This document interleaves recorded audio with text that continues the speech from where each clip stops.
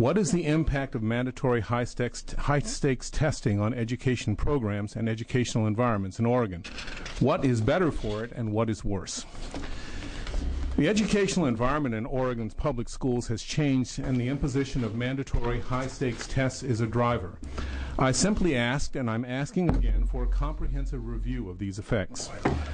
We have all heard stories. They're often dismissed as anecdotal. To undergo such a radical change without an honest evaluation of whether it makes anything better is, to me, unconscionable. The Oregon Department of Education has submitted testimony that pertaining to the fiscal, administrative, and educational impacts of tests on schools will require significant research and time for both the department and school districts. It's really pretty amazing to me that we would make radical changes to the school environment without that information. But that is what has happened. You will hear testimony from parents and teachers about what the effects have been already, and their anticipation that these effects will intensify as implementation progresses. We have heard why the tests are mandatory. It's because they are mandated by the NCLB waiver, by state adoptions, whatever. To call this a circular reasoning is actually a bit generous. What is not answered is this regimen an educational best practice? If we can't talk about the effects on teaching and learning, then we can't make good decisions about policies. And the second question has to be, are the tests being implemented assessment best practices? 2 years ago, I warned about heading down this road without these answers, and here we are, with both the tests and the high stakes attached to them upon us. And that is why this time I've also introduced two other bills, 2714, to somewhat loosen the mandatory aspect by clarifying and expanding the option to forego testing and about information available to families, and 2715 to protect students from potential public disclosure of their scores on these tests. So I'm going to start by talking a little bit about the assumptions that underlie this push to subject our children to unrelenting testing. The assumption that children are empty vessels and that education is the process of filling them. If children were seen as growing, developing minds, growing in response to stimulating opportunities, I believe we would design our whole approach differently. The assumption that the business-generated model of reverse engineering or backtracking accurately tells us what a young person should know in order to prepare them for the world about 20 years from now. The assumption that a test score is an outcome or a valid marker of outcomes. The assumption that shortcomings in educational achievement result from lack of measurement or from failures of students or teachers to work hard enough. The assumption that achievement gaps can be addressed without acknowledging underlying causative factors. Now, in the past 2 years, this issue has become more urgent. The new tests mandated for this year are projected to result in failure rates as high as 70%. That is one of the factors that leads me to ask, does this represent professional best practices for assessment? I'm going to back up a little bit and take a minute to talk about the achievement gaps.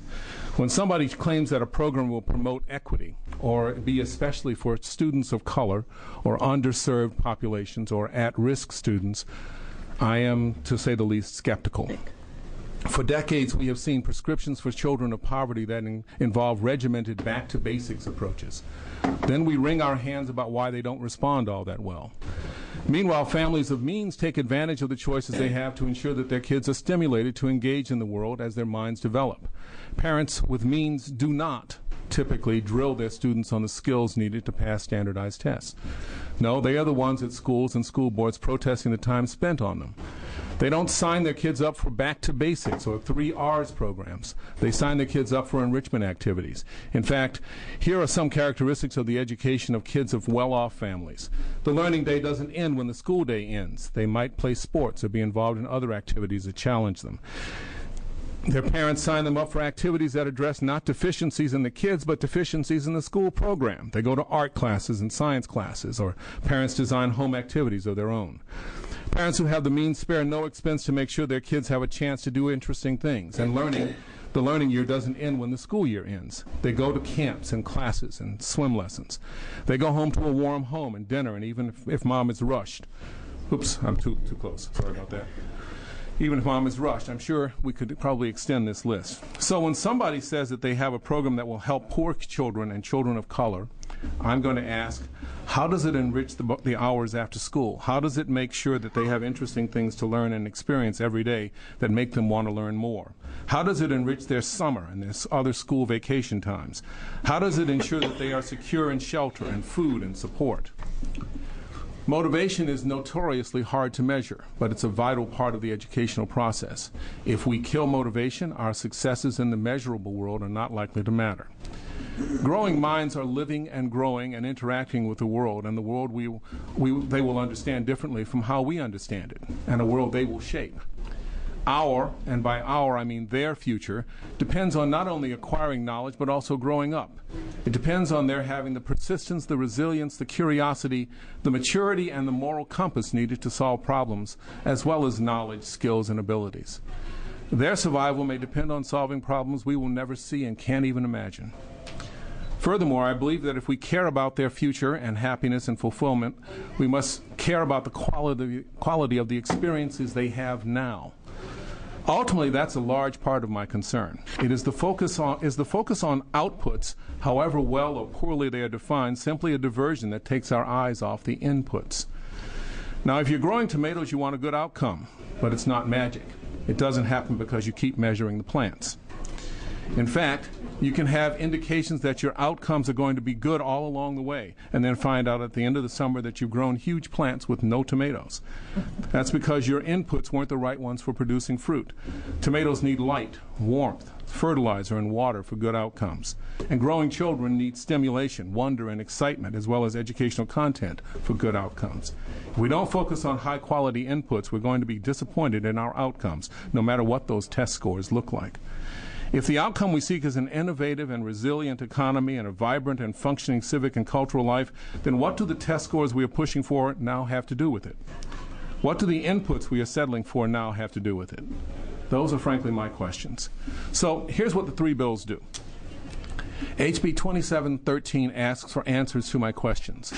What are the costs and benefits of state-mandated high-stakes tests, standardized tests?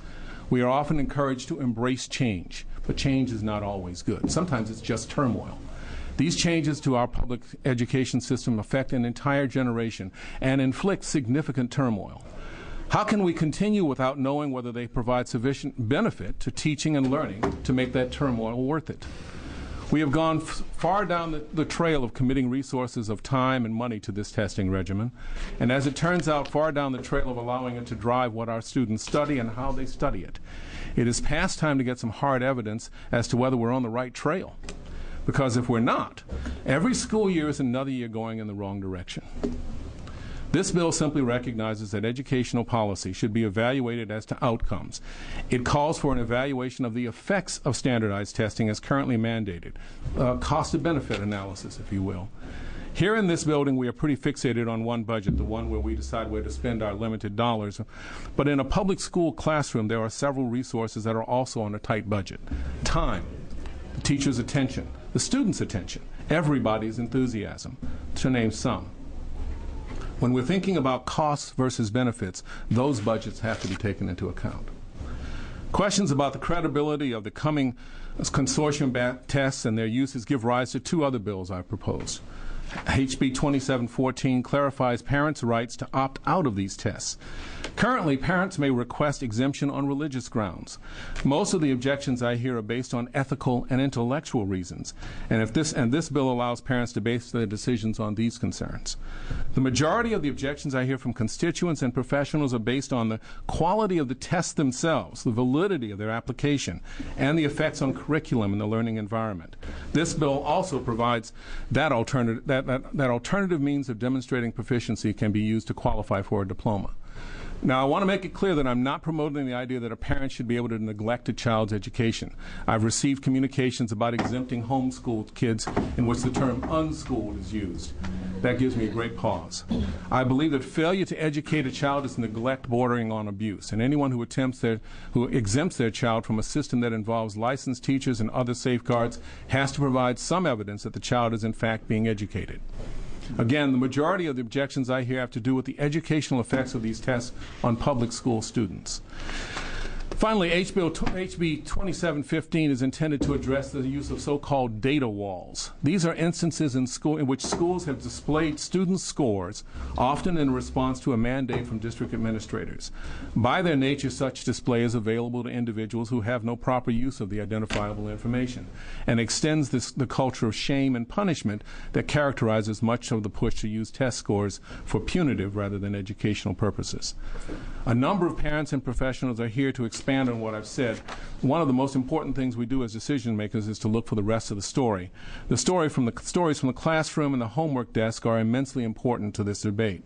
When those who are intimately involved in the process raise alarm about what is happening to motivation and educational stimulation, essential inputs, we should pay attention.